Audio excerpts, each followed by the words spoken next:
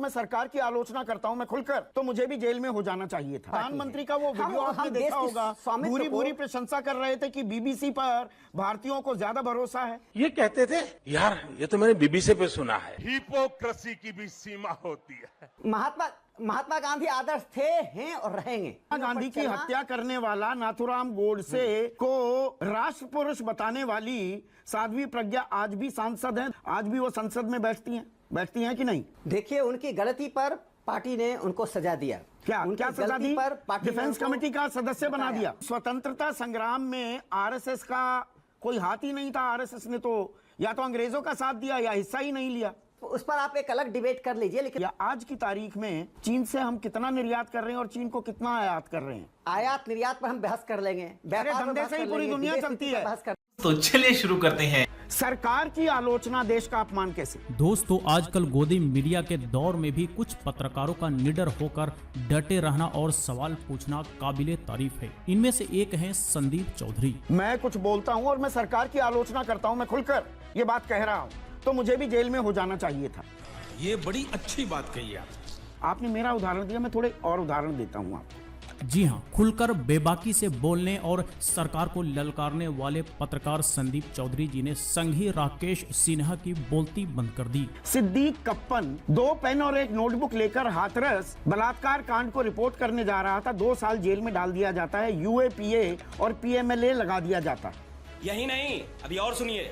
उत्तर प्रदेश में ही एक पत्रकार मिड डे मील स्कीम में रोटी और नमक जो दिया जा रहा था उसकी खबर दिखा देता है तो उसे जेल में डाल दिया जाता है। असल मायने में बेबाकी से पत्रकारिता कर रहे रिपोर्टर्स को जेल में डाले जाने पर भी संदीप जी ने राकेश सिन्हा से सवाल पूछते हैं तो बिल्कुल बत्ती गुल हो जाती है। बीबीसी पर अगर डॉक्यूमेंट्री आती है तो उनकी सर्वे करवा दी जाती है और कई दिनों तक ये सर्वे चलता है। उसके बाद क्या निकला है ये अभी तक जानकारी साझा नहीं की जाती। और जब बीबीसी पर रेड पर सवाल पूछते हैं तो इस पर भी संघी राकेश सिन्हा की बोलती बंद हो जाती है। यदि इस तरह की घटनाओं को हम देखें तो मैं 1950 से लेकर अब तक हजारों घटनाओं का जिक्र कर सकता हूँ, लेकिन मैं एक बात आपको कहना चाहता हूँ। जो महत्व का विषय यहाँ आया बीबीसी का, अरे कहना क्या चाहते हो? संदीप जी, इस देश में कैसा कंसेंसस रहा है, कैसी सहमति रही है, उसका एक उदाहरण आप जानते होंगे। आप पढ़ने लिखने वाले पत्रकार हैं, इतिहास पढ़ते हैं, पार्लियामेंट्री डेमोक्रेसी को अच्छी तरह जानते हैं। 1970 में कलकत्ता नाम का एक सीरियल आया बीबीसी पर। जाहिर है इन सवालों का जवाब तो इनके पास है नहीं, तो 1950 के इतिहास में जाकर सवालों को गोलमोल करने के चक्कर में है। और ऐसे पत्रकारों के सामने ये मनमानी भी नहीं कर सकते, क्योंकि ये भी जानते हैं कि इनकी जमकर फटकार लग जाएगी। हम भारतीय जनता पार्टी, प्रधानमंत्री का वो वीडियो आपने देखा होगा, पूरी प्रशंसा कर रहे थे कि बीबीसी पर भारतीयों को ज्यादा भरोसा है। अरे बाप रे, ये तो धोती खोल रहा है। ये कहते थे, यार ये तो मैंने बीबीसी पे सुना है, यानी उसे हमारे देश की आकाशवाणी कह रही है भरोसा नहीं। अब ये जो क्रेडिबिलिटी, सरकार की व्यवस्थाओं पर से भरोसा उठ जाना, हिपोक्रेसी की भी सीमा होती है। इस पर संदीप चौधरी जी जब मोदी का बीबीसी की तारीफ वाला वीडियो का जिक्र करते हैं तो राकेश सिन्हा के मुंह पर 12 बज जाता है। वीडियो देखा होगा आपने। देखिए, हम मीडिया के प्रति पूर्वाग्रह नहीं। देखिए, जब संदीप जी जब आप अच्छा प्रस्तुत करेंगे, आप अच्छा काम करेंगे, प्रशंसा हम अस्थायी रूप से किसी के प्रति पूर्वाग्रह नहीं बनाते हैं। मैंने बीबीसी का उदाहरण दिया। दोबारा से संदीप जी मोदी का बीबीसी वाला तारीफ की वीडियो के बारे में पूछते हैं तो फिर से वैसे ही गोलमोल करने के चक्कर में इधर उधर की बातें करने लग जाता है। 2011, 12, 13 में 2G, 3G, 4G, CWG, जीजा जी, न जाने कितने घोटालों का पर्दाफाश हुआ और वो यहाँ देश में नहीं विदेशों में भी चर्चा होती थी। देश का अपमान हो रहा था। देखिए, मैं कहता हूं कोई वाजिब तरीके से आप जो कुछ भी कर सकते हैं। फ्रीडम ऑफ एक्सप्रेशन पूरी दुनिया में एक जैसा है। गैर वाजिब तरीके से अपने ही लोकतंत्र का मर्दन करना। मैंने आपको उदाहरण दिया, पूर्वोत्तर के 3 राज्यों का भी चुनाव हुआ है। क्या वो जनादेश नहीं है? नहीं। हाँ जी, तो ये फ्रीडम ऑफ एक्सप्रेशन की बात कर रहा है, पर ये कड़वा सच है कि इन लोगों ने फ्रीडम ऑफ एक्सप्रेशन का गला घोटने का काम किया है। खैर, ये सच है कि पहले पूरा भाजपा समेत मोदी भी बीबीसी के बड़े मुरीद थे, लेकिन अब यही बीबीसी इन्हें बेनकाब कर रहा है तो इन्हें खूब चूभ रहा है। महात्मा गांधी आदर्श है इस देश के आदर्श हैं राकेश सिन्हा, महात्मा गांधी। ये बड़ी अच्छी बात कही आप। महात्मा गांधी आदर्श थे, हैं और रहेंगे। ये फंस गया। तो महात्मा गांधी की हत्या करने वाला नाथूराम गोडसे को राष्ट्र पुरुष बताने वाली साध्वी प्रज्ञा आज भी सांसद हैं 2019 के लोकसभा चुनाव से पहले। और हम मेरे ही उस वक्त सहयोगी थे, न्यूज 24 पर यह इंटरव्यू भी चला। प्रधानमंत्री ने कहा मैं मन से कभी माफ नहीं कर पाऊंगा। आज भी वो संसद में बैठती हैं कि नहीं? अभी मजा आएगा ना भिड़ो।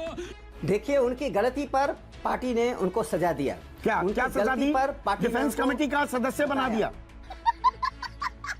राकेश सिन्हा गांधी पर बात करते हैं तो संदीप चौधरी इन्हें घेर लेते हैं और गोडसे पर इनका दोगलापन को बेनकाब कर देते हैं। वैसे आप लोगों की जानकारी के लिए बता दूं कि इन्हीं के पूर्वज आज भी गोडसे को अपना भगवान मानता है। तो मन से माफ ना करने वाले फकीर के ड्रामा पर जाने की जरूरत बिल्कुल भी नहीं है। जो सच है वो पूरे देश को पता है। स्वतंत्रता संग्राम में आरएसएस का कोई हाथ ही नहीं था। आरएसएस ने तो या तो अंग्रेजों का साथ दिया या हिस्सा ही नहीं लिया। वो ये भी आरोप लगाते हैं। समझ रहे हो? उस पर आप एक अलग डिबेट कर लीजिए, लेकिन अभी मैं जो बात बढ़ाना चाहता हूं, आप 1965 में लोकसभा में सवाल उठा था कि महात्मा गांधी और सुभाष चंद्र बोस की मूर्तियां कब लगेगी। हाँ जी, तो इस सवाल पर भी राकेश सिन्हा की बोलती बंद हो गई। अलग से डिबेट कर लेंगे कह रहा है, क्योंकि इनके पूर्वजों की पोल खुल रही है। इतिहास गवाह है कि आरएसएस और वीएचपी का भारत के आजादी में क्या रोल रहा है। ये एक कड़वा सच है जिसे भाजपाई और संघी कभी एक्सेप्ट नहीं करेंगे कि आरएसएस और वीएचपी का देश की आजादी में कोई रोल नहीं रहा, बल्कि अंग्रेजों का सपोर्ट किया, समर्थन किया। तो ना, एक मिनट राकेश भाई, प्लीज एक इंटरवेंशन। गलवान के बाद हमने खूब आंखें तरेरी। कोई हमारी 1 इंच जमीन नहीं ले सकता है, ना कोई घुसा है ना कोई घुस पाएगा। ऐप्स को भी हमने बैन कर दिया। आज की तारीख में चीन से हम कितना निर्यात कर रहे हैं और चीन को कितना आयात कर रहे हैं? चीन धनाधन अपना माल बेचे जा रहा है क्या? नहीं, बैलेंस भारत में। ये बड़ी अच्छी बात कही आप। नहीं, देखिए, मैं जो मूल प्रश्न है आयात निर्यात पर हम बहस कर लेंगे। और जब संदीप जी चाइना के साथ इंपोर्ट एक्सपोर्ट पर सवाल पूछते हैं तो फिर से इनकी बोलती बंद हो जाती है, गला सूखने लग जाता है और आयात निर्यात पर फिर से बहस कर लेंगे ये कहता है। मतलब इस पर भी जवाब नहीं है। ऐसे डबल स्टैंडर्ड वाले लोग सत्ता में बैठे हुए हैं जिसकी सवालों से बोलती बंद हो जाती है। धंधे से ही पूरी दुनिया चलती है। वो हमें सामान बेचे जा रहा है, खरीदे जा रहे हैं और हम आंख भी दिखा रहे हैं। मजा आया और मैं ये जो मजा है हिंदुस्तान के हर व्यक्ति को देना चाहता हूं।